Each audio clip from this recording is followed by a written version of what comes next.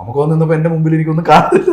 കാരണം നമുക്ക് നമ്മുടെ കണ്ണിലോട്ട് നോക്കി നിൽക്കുമ്പോൾ ഈ 10-50 വർഷം നമ്മൾ ഈ സിനിമ ഇൻഡസ്ട്രിയിൽ ഇത്രയും ക്യാരക്ടേഴ്സ് എൻ്റെ മനസ്സിൽ മൊത്തം ഓരോ ക്യാരക്ടറാണ്. ജോസഫ് അലക്സ് ഇതൊക്കെ വരുമ്പോൾ അതൊക്കെ വന്നു പോവാണ്. ഇത്ര ഒരു മീറ്റർ ഡിസ്റ്റൻസിൽ മമ്മൂക്കയാണ് നിൽക്കുന്നത്, സാക്ഷാൽ മമ്മൂട്ടി. മമ്മൂക്കയുടെ മുമ്പിൽ നിന്നിട്ട് ഞാനത് എനിക്ക് എൻ്റെ ഡ്രീമായിരുന്നു, അത് ചെയ്തു. പിന്നെ അതിന് ശേഷമുള്ള സീൻസൊക്കെ കൂടെ പോകും. പിന്നെ എനിക്ക് ഓക്കെ കുഴപ്പമില്ല, നമുക്ക് ഡയലോഗ് പറയുന്നത് പോലും നമുക്ക് അറിയില്ല.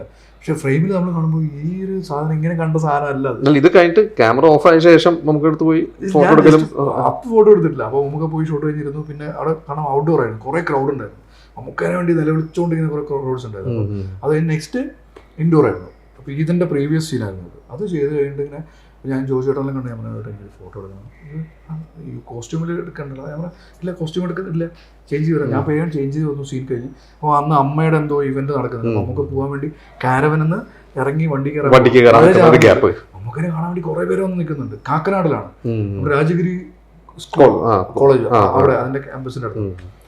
എന്നിട്ട് ഞാൻ പോയി ജോജി ചേട്ടൻ പോയി പറഞ്ഞു, എന്നെ വിളിച്ചു വരാൻ പറഞ്ഞു. ഞാൻ പോയി ഫോട്ടോ എടുത്തു.